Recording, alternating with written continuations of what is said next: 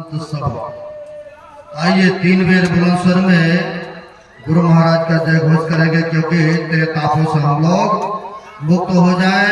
दैहिक दैविक भौतिक ताप है, इन तेरे तापों से मुक्त हो जाए। और 3 काल होते हैं, भविष्य, वर्तमान और भूतकाल।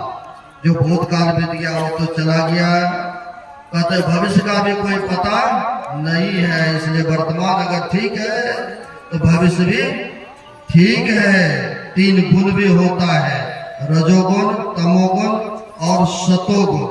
अगर सतोगुण में हम लोग प्रतिष्ठित हो जाए तो सात्विक कर्म होना प्रारंभ हो जाएंगे। इसलिए आइए 3 बार गुरुदेव का बुलंद स्वर में जय घोष करेंगे। बोलिए प्रेम से श्री सद्गुरु महाराज। आज पद्मों में असंख्य असंख्य बार नमन है। तीर्थों को भी पावन करने वाले मैनचेस्टर पूज्य साधु चरण आए हुए सदगुरु के सद्भक्तगण, आदरणीय शिक्षक राजेश बाबू, बड़े खुशी हर्ष की बात है। हम लोग जत्र तत्र से गुरु महाराज की छत्र छाया में पधारे हुए हैं। जो मनुष्य का कर्तव्य है वह कर्म करने हेतु यहाँ पर आए हुए हैं। और पवित्र ग्रंथ रामचरितमानस के पाठ के क्रम में हम लोग 7वें सोपान बाल कांड से सुन रहे थे गुरु की महत्ता के बारे में। गुरु जो अंधकार से प्रकाश में करा दे, यानी गुप्त को जो प्रकट करा दे, वही गुरु होते हैं। गु का अर्थ होता है अंधकार भी। कहते अंधकार से जो प्रकाश में करा दे, वही रू का अर्थ होता है प्रकाश, यानी प्रकाश में वही गुरु होते हैं। बंदो गुरुपद पद्म परागा, सूर्य सुभाष सरस अनुरागा। कहते जो गुरु या अंधकार से अपने आप को उठा लिए हैं, वही दूसरे को भी बंधन से मुक्त कर सकते हैं। ऐसे सतगुरु, ऐसे सच्चे महापुरुष कहाँ मिलेगा, कैसे मिलेगा? तो कहते हैं पहले सत्संग में आइए। जब सत्संग सुनेंगे, महापुरुष के शरणागत होंगे, तब आपको पता चलेगा कि कैसे के चरण में, कैसे के शरण में अपने आप को सौंपना चाहिए। यह एक संत सहजो आयु हो गए, उनका कहना है सहजो जगत में गुरु बहुत फिरे, ज्ञान ध्यान सुध नहीं, अतार सके नहीं एक को, गहे बहुत की बाह। सहजो भाई कह रही है सहजो जगत में गुरु बहुत फिरे। आप कहेंगे बहुत गुरु है, तो कहते हैं बहुत गुरु है। सहजो जगत में गुरु बहुत फिरे, ज्ञान ध्यान सुध नहीं।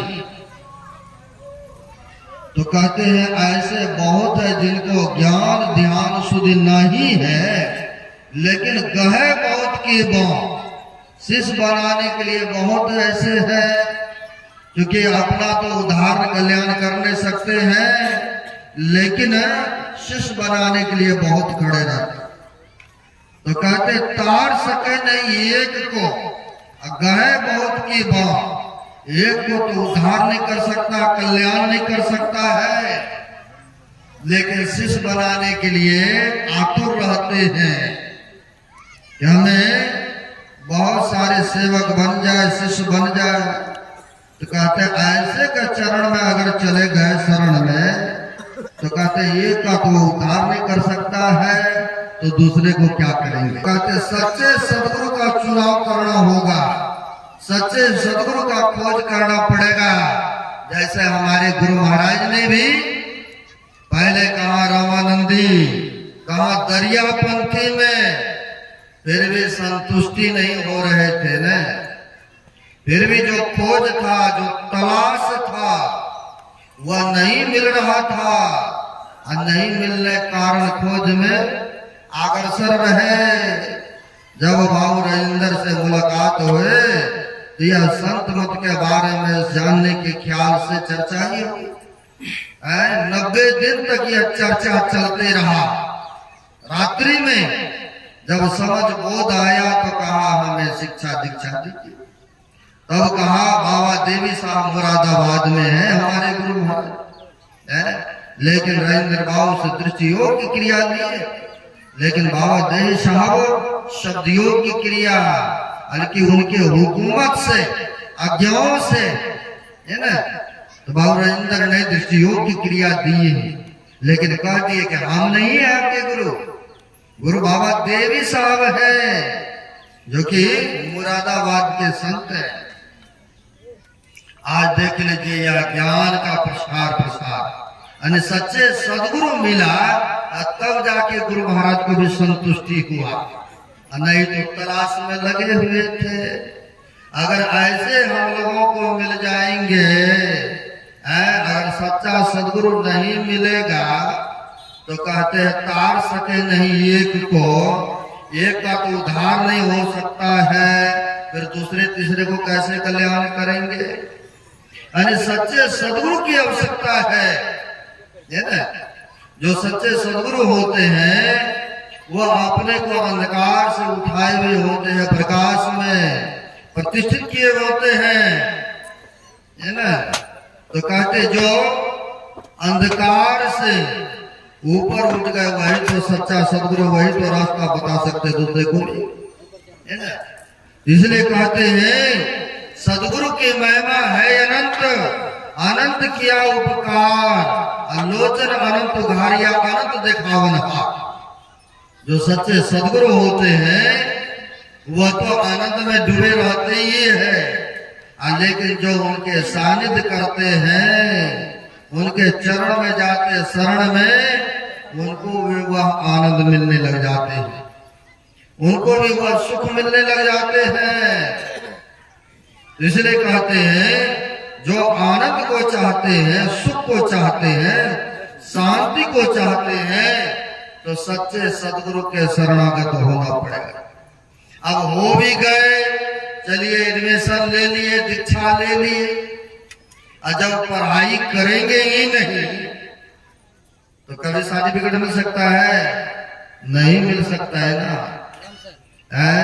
तो वैसे कहते हैं दीक्षा भी ले लिए हैं, अब करवे नहीं कर रहे हैं, अब फिर कहेंगे हमको सुख शांति तो मिल नहीं रहा है, तो कैसे वो करेंगे? चेक बुक है, और चेक बुक को भजेबे नहीं करेंगे तो सुखी हो सकते हैं? संभव नहीं है। इसलिए कहते हैं जो सच्चा सदगुरु का ज्ञान मिला है, आप उसके अनुसार अनुकूल चलिए, और तब देखिए आपको मिलेगा वो आनंद, वो सुख। हमारे बाबा देवी साहब के गुरु थे तुलसी साहब, जो इतिहास पढ़े होंगे, हाथरस निवासी थे, हाथरस के रहने वाले थे। बाबा देवी साहब के पिता का नाम था बिंदुश्री प्रसाद दास, माता लक्ष्मीबाई। जो भी पुत्र होते थे या पुत्रिया, एक भी नहीं टिकते थे, लेकिन बिंदुश्री प्रसाद गुरु महाराज से यानी तुलसी साहब से जुड़े हुए थे, बुलाते थे सत्संग करने, भोजन कराते थे, सेवा करते थे। एक दिन दुखी होकर के अर्जी विनती करते, महाराज आपका आराधना पूजा करता हूँ, जो भी जन्म लेता है एक भी नहीं टिकता है। आप तो संत हैं, पहुंचे हुए फकीर हैं, और हमें विश्वास भी है आप अगर आशीर्वाद देंगे, कृपा करेंगे, तो हमारा भविष्य में कोई नाम रोशन करने वाले होंगे। तो संतों की मौज होते हैं, है ना। कहते हैं जोन करे लकीर सो करे फकीर, फकीरों की मौज होते हैं। अच्छा अच्छा आपकी बात जो होंगे वह आपके भविष्य को उजागर करेंगे और वह भक्त बनेंगे। तुलसी साहब का आशीर्वाद हो गए और समय पाकर के बाबा देवी साहब जैसे देख लीजिए अवतरण हुए, जो कि उनकी जीवनी माया है। जब वो पढ़ने के लिए जाते तो एकांत ज्यादा इनको पसंद, खेल कूद में कम रुचि, हुआ क्या वैराग्य हुआ, संसारिक गृहस्थियों में नहीं उलझे, क्योंकि स्वावलंबी जीवन व्यतीत करते रहे। आपको पता होगा सरकारी का डाकिया का काम करते रहे, जीवन स्वावलंबी व्यतीत करते रहे और ज्ञान उपदेश भी करते रहे। और ऐसे का शिष्य हुए गुरु महाराज के, ऐसे संत ज्ञानी ध्यानी पहुंचे भी और ऐसे के शिष्य थे। 4 प्रमुख हुए, जो कि आप लोग इतिहास पढ़े होंगे। स्वामी शिवदयाल सिंह जी महाराज, जो कि राधा स्वामी नाम से पंजाब में प्रसिद्ध हुए हैं। आगरा के थे स्वामी शिवदयाल सिंह जी महाराज। और गिरधारी स्वामी जी महाराज, सूर स्वामी जी महाराज और बाबा देवी साहब, ये भी शिष्य यानी तुलसी साहब के शिष्यों में प्रमुख थे। 4 शिष्य तो बहुत थे, लेकिन प्रमुख में थे यह 4 शिष्य, है ना। जब तुलसी साहब थे तो चारों इनके कुटिया में इनके सेवा में रहते थे। बड़ी सेवा भावना निष्ठा, इस तरह से सूर स्वामी, गिरधारी स्वामी, स्वामी शिवदयाल सिंह जी महाराज और बाबा देवी साहब जैसे महापुरुष। लेकिन सबका सेवा बांटा हुआ था, किसी का कोई सेवा था, किसी का कोई सेवा था। लेकिन इतिहास में आया है, जैसे हम लोग शाम सुबह स्तुति प्रार्थना संध्या वंदना करते हैं, और उस समय भी संध्या वंदना हुआ करते थे। जो भी मंदिर है, कहीं भी धर्म संस्था है, अपने अपने ढंग से हर जगह कुछ न कुछ संध्या वंदना होता ही है। हर मंदिर हर संस्था में ऐसा देखने को मिलता है और होना भी चाहिए। जो दीक्षा लिए है तो बताए होंगे आपको कितने काल संध्या करना है। बेशक नहीं करते हैं या भूल गए हो, अलग बातें, लेकिन दीक्षा के टाइम में बताते हैं त्रिकाल संध्या करने के लिए। वैसे ही संध्या वंदना भी होते थे और संध्या वंदना होते थे, क्योंकि संध्या वंदना के समय में ना ही तो बाबा देवी साहब थे, कहीं प्रचार में गए हो, और ना ही तो वहां पर गिरधारी स्वामी ही थे, और ना ही वहां पर स्वामी शिवदयाल सिंह जी महाराज थे। अब संध्या वंदना के समय हुए कौन थे? तो सूर स्वामी। सूर स्वामी क्योंकि सूरदास थे, इसलिए नाम उनका सूर स्वामी। जैसे सूरदास भी आप पढ़ते होंगे इतिहास में, सूरदास नाम प्रसिद्ध हुए एक संत, लेकिन यहाँ पर सूर स्वामी थे। वह डेरे में कुटिया में रहते थे, ध्यान पूजा करते थे, लेकिन दिखते आंख से नहीं थे, लेकिन कुटिया में रह करके ही ध्यान पूजा जहां तक हो सकता था करते थे। अब संध्या के समय हो गए, तुलसी साहब कहते अरे कोई है ही नहीं, संध्या आरती विनती का समय हो चुका है। ये कौन करेगा पाठ, कौन संध्या वंदना करेगा? तो सूर स्वामी ने कहा कोई नहीं है हजूर। अरे तुम तो हो, तुम करो संध्या वंदना। कहा हजूर हमें तो दिखता ही नहीं है नेत्र से। फिर कैसे करेंगे? याद भी नहीं है, बहुत लंबा चौड़ा है, याद भी नहीं है हमें, तो हम कैसे करेंगे संध्या वंदना? अरे अरे मेरा आदेश है, तुम संध्या वंदना करो, पुस्तक उठाओ। बड़ी आश्चर्य हो रहे थे कि पुस्तक कैसे उठा भी लेंगे, लेकिन आंख से दिखेंगे या दिखता भी होगा। अक्षर का ज्ञान, अक्षर का बोध अगर हो तब तो वह पढ़ेंगे नहीं।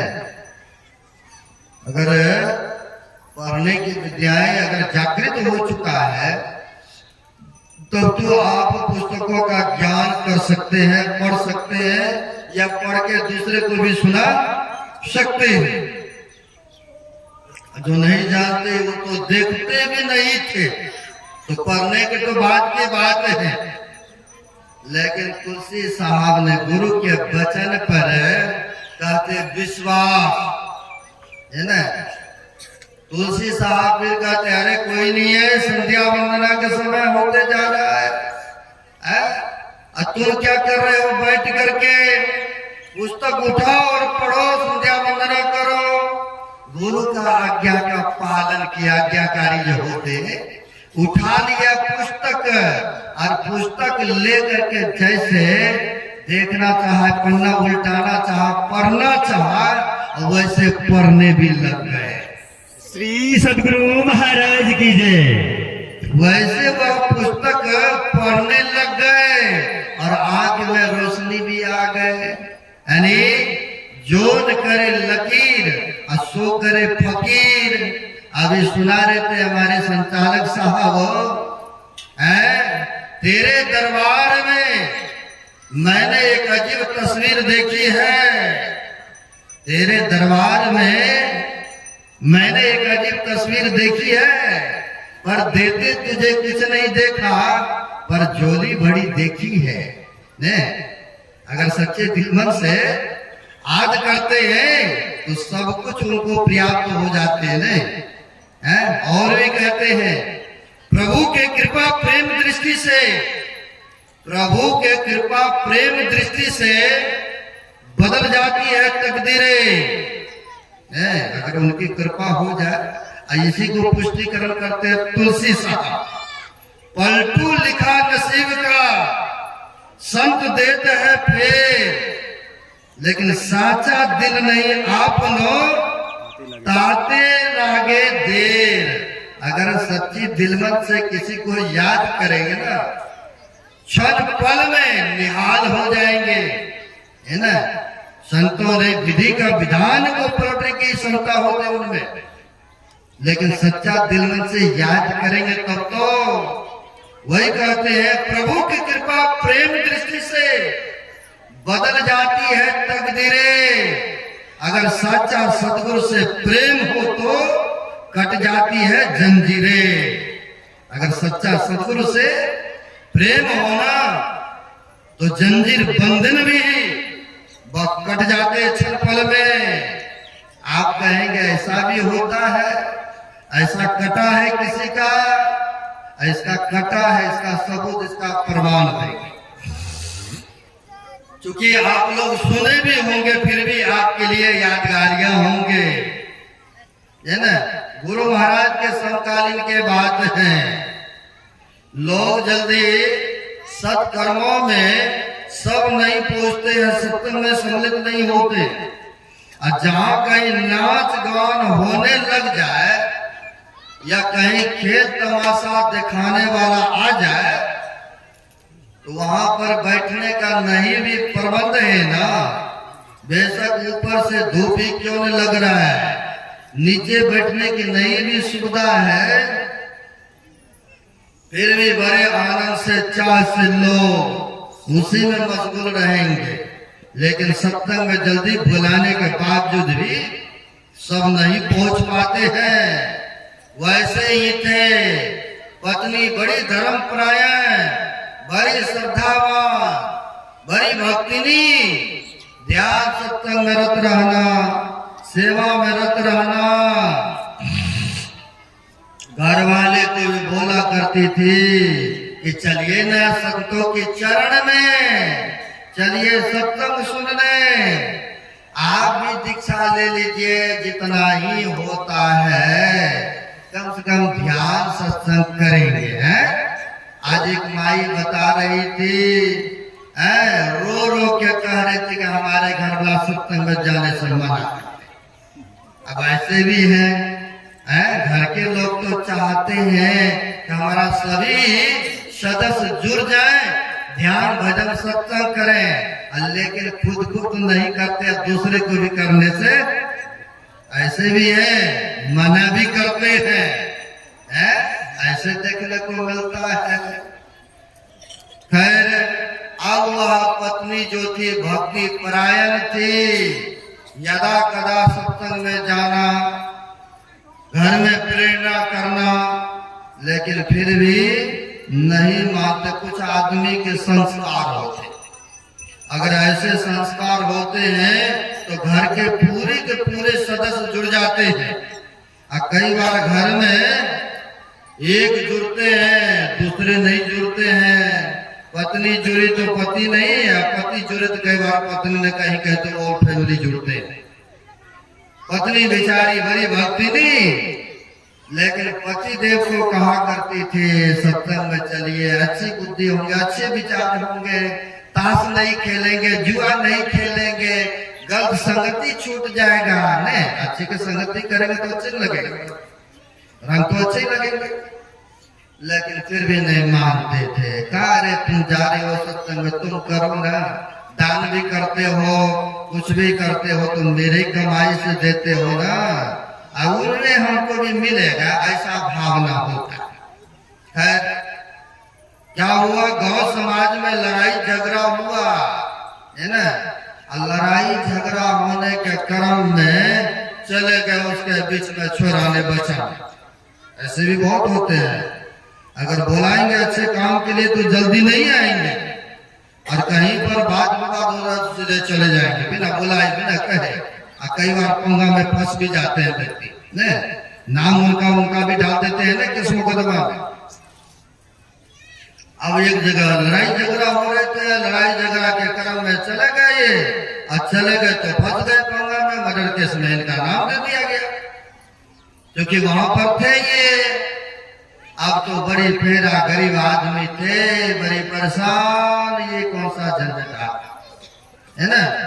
अब जब दुख होते हैं तो उस समय परमात्मा को या जिनको जो मानते हैं उनको विशेष याद करते हैं ना। कहा है दुख में सुमरन सब करे, और सुख में करे न को, और जो सुख में सुमरन करे तो दुख काहे को हो। जब दुख आते हैं तो विशेष करके याद करते हैं कि किसी तरह से हमारी ये परेशानियां, ये जो झेल आया, ये जो कष्ट आया है, किसी तरह से स्वर्ग हो जाए, किसी तरह से दुखों से निवृत्ति हो जाए, ऐसी इच्छा, ऐसी कामनाएं होता है। आओ पड़ गए किस मुकदमा में, अब तो इनको सजाए के भी आ गए नोटिस, इतने वर्ष तक सजा भुगतना पड़ेगा। अब ऐसा हुआ तो बड़े सोच में, अब गरीब आदमी है, अब कोई पैसे वाला ने इसका नाम फंसा दिया। अब लोग बिना पंगे के पंगा में डल गए। पत्नी कहती है कम से कम अभी भी हमारे गुरु महाराज कुप्पा घाट में है, कम से कम एक बार संतों के दर्शन तो कराइए। लेकिन आप तो जानते हैं कुछ नहीं किए हैं, हमें भी आप पर विश्वास है, आप ऐसा कुछ नहीं किए हो। पत्नी कहते रहे तो कहा अच्छा ठीक है कह रहे तो हम चलते जाते हैं, एक बार मिल के आ जाते हैं दर्शन पर्शन करके। ऐसा कहा तो यह चले, वह चले, धूप का मौसम था, चले। गुरु महाराज कुर्सी पर बैठे हुए थे और बैठे हुए थे, जाकर के यह प्रणाम करते हैं और बैठ गए। गुरु महाराज के स्व शरीर में थे तब यह घटना घटित हुआ था। अब बैठ गए, संतों की मौज होते हैं। कहा है ना, कबीर दर्शन बड़े भाग्य सो पाए, जो होवे सूली सजाए, कांटों पे टल जाए। यानी संत महापुरुषों के दर्शन प्रसन्न से सूली का सजा क्यों न होने वाला हो, वह एक कांटा चुभा करके मुक्त करते हैं भक्तों को। अब बैठ गए, अब बैठ गए तो महापुरुष ने बड़ी गौर से देखा। देखने के बाद गुरु महाराज का आदेश हुआ, है जी इसका हाथ गोर बांध दो। बगल में सेवक थे, कहा हाथ बांधने के लिए रास्ता नहीं है। सोचा कि बेचारा आया है प्रणाम करने, कोई तो गलती किया नहीं, तो सेवक ने भी थोड़ा सा बहाना किया, हजूर रास्ता नहीं है पास में, कैसे बांधेंगे? अच्छा नहीं है, यहाँ भी धोती बहुत पहने हुए ना। कहा क्या पहने हुए हैं? तो कहा धोती पहने हैं जो। अरे उसी का धोती से इनका हाथ गोर बांध दो। अब तो रास्ता खोजने की जरूरत नहीं पड़ा ना, है? अब आदेश का, आज्ञा का पालन करते हैं। जो सेवक थे इनका हाथ गोर बांध करके धूप में छोड़ देते हैं। छोड़ दिए। अब तो बेचारा मन ही मन सोच रहा है, आए थे दर्शन करने, एक तो सजा वहां भुगतना ही पड़ेगा। घर के सदस्यों को कहने पाए महात्मा जी का दर्शन करने, केवल नमस्कार प्रणाम करने में यहाँ भी सजा है। ऐसे बाबाओं का हमारे घर का लोग पूजा करते हैं। अब मन में क्या क्या बातें उठ रहा है, चल रहा है। कहा कोई बात नहीं, जाएंगे कभी कभी तो छोड़ेगा ही, जाएंगे तो पूछेंगे। अब सुबह से शाम होने को जा रहा है, नहीं जल मिला है, नहीं भोजन मिला है, धूप में पड़ा है। जब गुरु महाराज संध्या कालीन में अभी भी वेलचर रखे हुए ना, उस पर टहलने के लिए जब निकले तो गुरु महाराज ने कहा अरे उसको खोला नहीं अभी तक, बांधा हुआ है, खोल दो। कहा जो आदेश हुआ था बांधने का, हम लोगों ने बांध दिए हैं, आदेश होंगे खोलने का तो खोल भी देंगे। अच्छा खोल दो।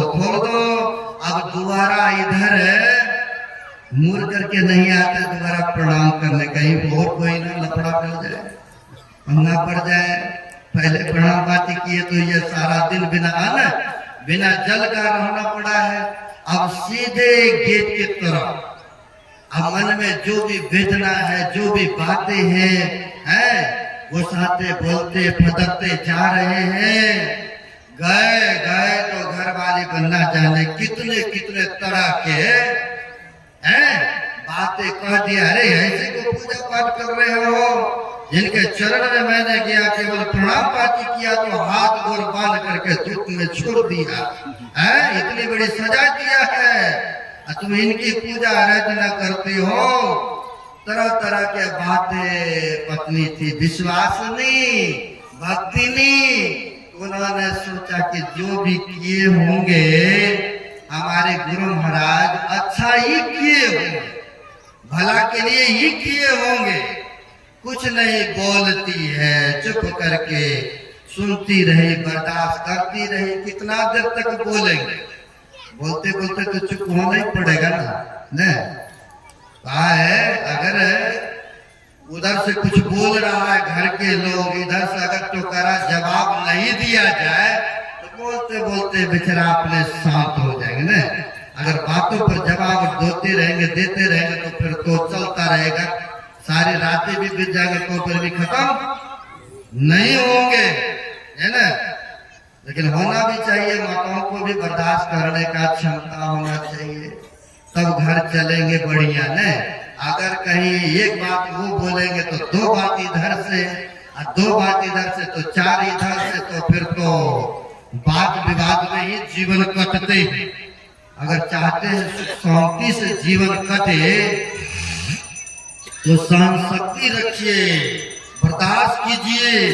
और कहा भी है जो सहता है, रामकृष्ण परमहंस जी महाराज की वाणी है ना, जो सहता उसी का बनता है, और जो सहना नहीं जानते हैं उनका बने बनाए भी काम बिगड़ जाता है। ऐसा सत्संग योग में दिए हैं। इसलिए कहते हैं क्षमता होना चाहिए सहने का। बेचारी चुप करके सहती रही, बोलते रहे, सहती रही। अब बाद में फिर कहा खाना भी दोगे, भूख तो पहले से लगल था, तो ये तो चाह ही रहे थे कि चलो अब खाना परोस के दिए, खाया, थोड़ा ठंडा हुआ, रात्रि व्यतीत हुए। अब उधर से सुबह सुबह आ जाते हैं चौकीदार, और चौकीदार आए, कहा जिसने मर्डर किया था वो पकड़े गए, अब इनको सजा नहीं मिलेगा। श्री सदगुरु महाराज की जय। अब तब जाकर के ये बातें जो हुआ सजा नहीं मिलेगा, तब उनको महसूस हुआ वो कल तो संतों ने हमें हाथ पर बांध करके धूप में डाला था, हो सकता मेरा इतने वर्षों का सजा को एक दिन में ही काट दिए हैं, है ना।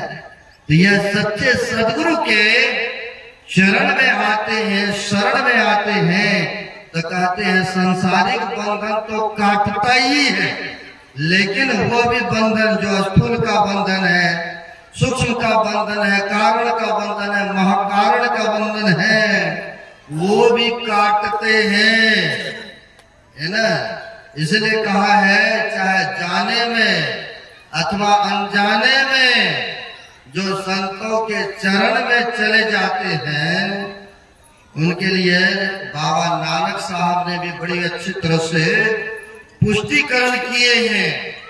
उन्होंने कहा है संत शरण जो जन पड़े, असोजन मुद्रण हार, असंत की निंदा नानिका, बहुरी बहुरी ले अवतार। कहते संत के शरण में चाहे जाने से चाहे अनजाने में क्यों न कोई चले गए हो, तो कहते हैं उनके फंदा को काट देते हैं। बेशक आप परफ्यूम सुगंध सेंट नहीं भी खरीदते हैं, दुकान के पास से कहीं गुजरते हैं तो आपको स्माइल आएगा ही आएगा नाक में।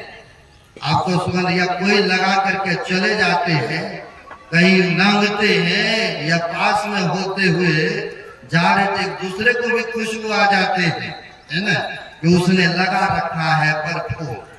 हमारे जगन्नाथ स्वामी कह रहे थे कि आज कोई लगाया है, देखिए महक रहा है। तो मैंने भी सोच लिया कहाँ लगाया है कोई न कोई, क्योंकि जो नहीं लगाते या कोई लगाते हैं तो पता चल जाता है ना। यानी बिना खरीदे बिना मोल लिए भी आपको वह परफ्यूम का खुशबू आना ही आना होता है। उसी प्रकार से कहते हैं चाहे जाने में चाहे अनजाने में अगर संतों के चरण में जो चले जाते हैं उनका उद्धार उनका कल्याण अवश्य हो जाते हैं, है ना। तो ऐसे संत मिले हम लोगों का, ऐसे पहुंचे हुए महापुरुष मिला है, क्या उद्धार नहीं होंगे? अवश्य होते हैं। आप कहेंगे इसका कोई सबूत, इसका कोई प्रमाण है?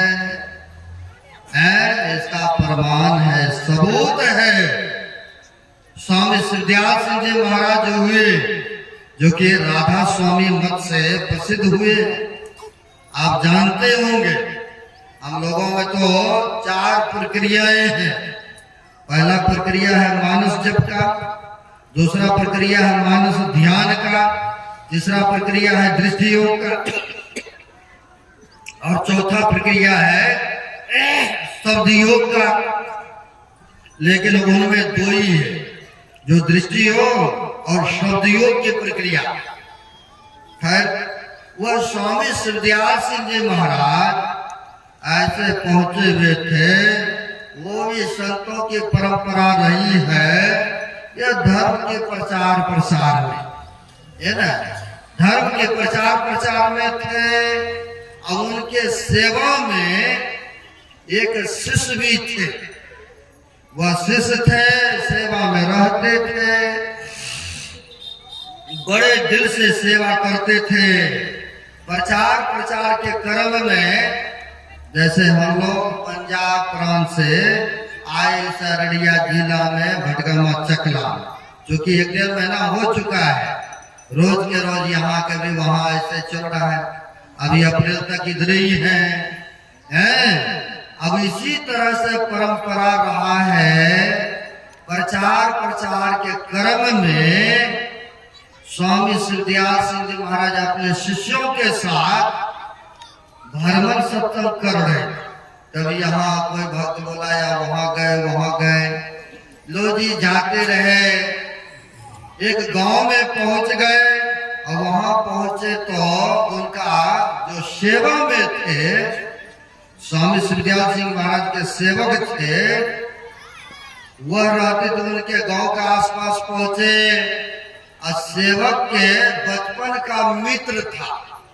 नहीं होता, क्लास फेल होते कई बार बच्चे में चले जाते, कोई पंजाब दिल्ली तो उधरे घर मकान बना लिया, वो कहीं रह लिया।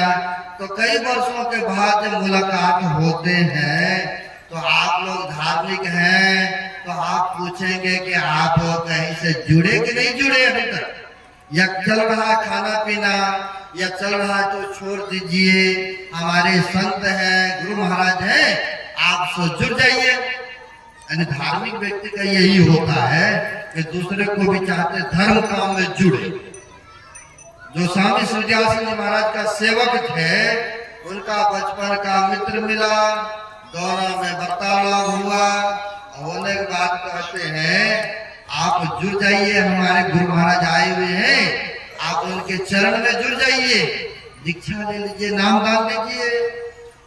कहा हम तो घर गृहस्थी में हैं, बाल बच्चेदार हैं, हमें तो समय ही नहीं मिलता है, तो हम कहाँ से कर पाएंगे। कहा भाई जितना ही करेंगे, लेकिन करेंगे तो सही, आप जुड़ जाइए ना। तो बहुत आग्रह किया।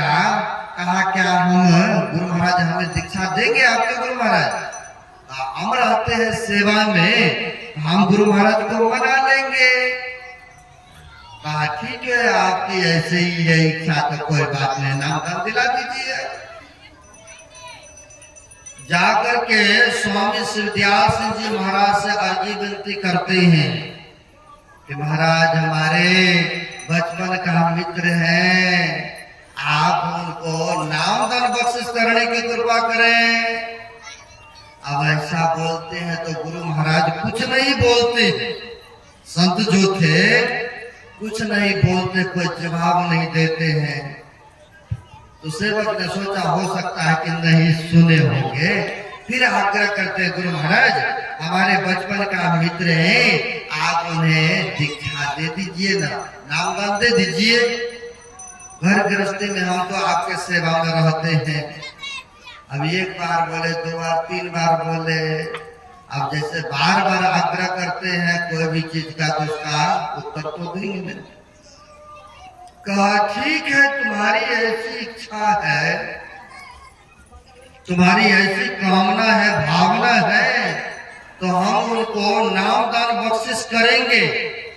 लेकिन मेरा कहना कि 7 दिन तक तुम मेरे साथ में सेवा में नहीं रहोगे, क्या मंजूर है? अब ये सोचते हैं सेवक कोई बात नहीं है, 7 दिन की ही तो बात है ना। कहा ठीक है हजूर, जैसे आपकी आज्ञा हो, लेकिन आप नामदान बख्शिश कर दें, हमारा बचपन का मित्र है। कहा ठीक है। अब दिया ले आया, उनको नामदान दिलाया गया और उसी समय से सब शिष्य को कहा मेरे सेवा में नहीं रहेंगे। अब अकेले कुटिया में वहां पर रहने लगे। इतना तापमान, इतना बुखार कि कोई भी नजदीक नहीं जा सक रहे थे। कोई भी चाहते थे कि चलो बीमार है तो कुछ न कुछ उपचार कराए, हकीम वैद्य को बुलाए, लेकिन कोई उनके नजदीक में जा ही नहीं सकते थे। बड़ी जैसे चैत बैसाख का मौसम हो, अग्नि के बीच में किसी को कहेंगे खड़ा रहिए तो रह जाएंगे? बिल्कुल सत्य वचन नहीं, लेकिन हम सिद्ध करेंगे रहने वाला रहे भी है। अपने आंखों देखी बातें हैं। जो उज्जैन नासिक में 12 वर्ष में महाकुंभ मेला लगता है ना। अब हम लोग भी गए थे वहां पर, अपना ध्यान साधना शिविर चल रहा था, तो हम लोग गए थे तो मन में एक दिन इच्छा हुई चलते हैं यहाँ पर देश विदेशों का महात्मा लोगों का आगमन हुआ है, थोड़ा घूम कर लेते हैं।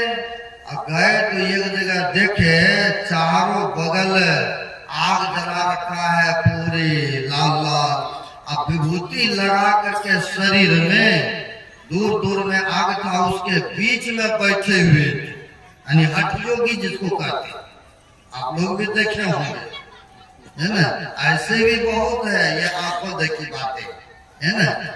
अब बहुत ऐसे भी है, ठारी बाबा कहते हैं, जो कि ठहरे 24 घंटा रहा। ऐसा भी बहुत देखने को मिला उसमें। यानी सब तरह के आते हैं। कई तो देखे कटेले पे जो बबूल के कांटा होते हैं, उनको काट के ले आया है, बिछा दिया है, खुले बदन उस पर सो रहा है, ब्लड चुभ रहा है, ब्लड निकल रहा है, कांटा चुभ रहा है, फिर भी उस पर पड़े। ऐसे भी देखते हैं बहुत, यानी कि हठ योगी है ना। अब होता क्या है, यहाँ पर इतनी तापमान कि कोई नजदीक नहीं आ पा रहे हैं। पूरे फीवर से, तापमान से परेशान है। एक दिन, 2 दिन, 4 दिन, 5 दिन बीता, 6 दिन, 7वां दिन बीतते हैं। जब 8वां दिन हुआ तो शांत हुआ। और जब वह शिष्य आते हैं तो लोगों ने कहा गुरु महाराज सखत बीमार हो गए थे और आप चले गए थे छोड़ करके। हम लोग भी नजदीक नहीं जा पा रहे थे, इतने परेशान, इतने तापमान, फीवर है ना। किसी को 104 या 3 हो जाए 100 से ऊपर, देखिए जल्दी उठना, चलना फिरना, भोजन करना भी नहीं चाहते। अब वहां पर 7 दिन तक इतनी परेशान, इतनी फीवर है, कोई भी भगत नजदीक नहीं आ पाया। दूसरे ने कहा, भक्तों शिष्यों ने, कि आप नजदीकी थे, रहते तो दवा उपचार कुछ न कुछ कराते, किंतु आप क्यों छोड़ के चले गए थे? जब ये बातों की जानकारी हुई तो आकर के स्वामी श्रीदयाल सिंह जी महाराज के चरणों में शिष्य चरण पकड़ के कहते, गुरुदेव आप सखत बीमार पड़ गए, इतनी तापमान, इतनी परेशान रहे और हमको सेवा से आप क्यों हटा दिए हुजूर? कौन से कारण से, क्या गलतियां हो गए हमसे, बताने की कृपा करें। तब वो संतों ने कहा कि जिसको तुमने दीक्षा दिलाया, नामदान दिलाया, उनको 7 जन्म तक नहीं था दीक्षा ग्रहण करना, लेकिन उनका 7 जन्म का पाप मैंने अपने सिर पर लेकर उनको उद्धार कर दिया। श्री सद्गुरु महाराज की जय। अब देखिए, संतों के चरण में जो आते हैं, शिष्यों का पाप ताप अपने ऊपर लेकर के शिष्य का, भगत का उद्धार करते हैं। तो कहते ऐसे संतों के चरण में आएंगे जो नहीं जुड़े हैं, जिनकी उम्र बीतते जा रहा है, बाल दरिया सफेद हो चुका है, दांत टूट चुका है, कम से कम अभी भी तो गुरु जी के चरण में आइए। जो अभी तक दीक्षा नहीं लिए हैं, संत महापुरुषों से नहीं जुड़े हैं, तो जुड़ जाना चाहिए। कम से कम भक्ति का संस्कार गुरु के चरण में अपने आप को अर्पण समर्पण कर देना चाहिए। तो गुरु जी की कृपा होंगे, बीज पड़ गया, सदगुरु की कृपा हो गए तो इस जन्म में भक्ति पूरी नहीं हुई तो कोई बात नहीं, अगले जन्म में सही है। इसलिए यह मौका है, सच्चे सदगुरु का चरण है। अब विशेष करके कल हम समझाएंगे, बुझाएंगे, जो जानकारियां हैं आपके बीच में ज्ञान प्रसाद बांटेंगे, क्योंकि समय भी अधिक हो रहा है।